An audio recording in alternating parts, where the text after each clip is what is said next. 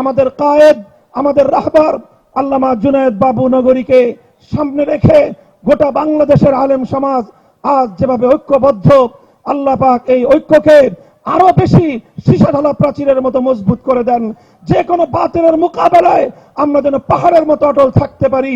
আমরা যদি হকের ঝান্ডা নিয়ে এভাবে অটল থাকতে পারি, এবারের মতো প্রতিবার বাতিল পিছু হটতে বাধ্য হবে ইনশাআল্লাহ। 2013 সালে আমরা কারো রক্তচক্ষুকে উপেক্ষা করিনি, রক্ত দিয়েছি, জীবন দিয়েছি, আল্লাহর নবীর ইজ্জতের ঝান্ডা আমরা সমুন্নত করেছি।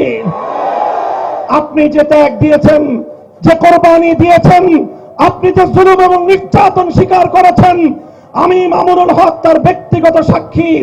আপনার সেই নির্যাতনের ক্ষতচিহ্ন আজও আপনি বহন করে বেড়াচ্ছেন। আমরা বিশ্বাস করি এই ক্ষতচিহ্ন আপনাকে আল্লাহর জান্নাতের মেহমান বানিয়ে দিবে ইনশাআল্লাহ। সুতরাং আপনি যেভাবে অবিচলতার সাথে, আপোষহীনতার সাথে হকের ঝান্ডা নিয়ে সামনে অগ্রসর হয়েছেন, এ জাতির তাওহীদি জনতা, এ জাতির ছাত্র জনতা আপনাকে একা ছেড়ে, মাঠে একা ছেড়ে তারা পেছন থেকে পালিয়ে যায়নি, তারা অতীতেও যায়নি। হাটহাজারীর ছাত্র জনতা আপনাকে পেছনে ফেলে ময়দানে একা রেখে তারা পালিয়ে যায়নি।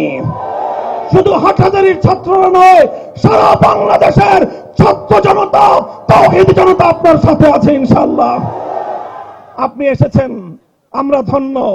আপনার এই আগমন জামিয়াতুত তারবিয়া এবং বাবরি মসজিদের কার্যক্রমকে ইনশাআল্লাহ আরো বহুদূর পর্যন্ত অগ্রসর করে দিবে।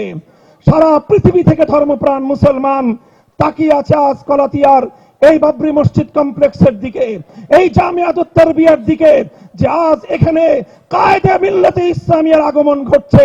তার পদধূলিতে আগামী দিনে বাংলাদেশের ইসলামের প্রাণ কেন্দ্র রচিত হবে ইনশাআল্লাহ এখানে।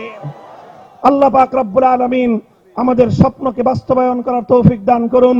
আমাদের কায়েদ, আমাদের রাহবার আল্লামা জুনায়েদ বাবু নগরীকে সামনে রেখে গোটা বাংলাদেশের আলেম সমাজ আজ যেভাবে ঐক্যবদ্ধ, আল্লাহ পাক এই ঐক্যকে আরো বেশি সীসাঢালা প্রাচীরের মতো মজবুত করে দেন।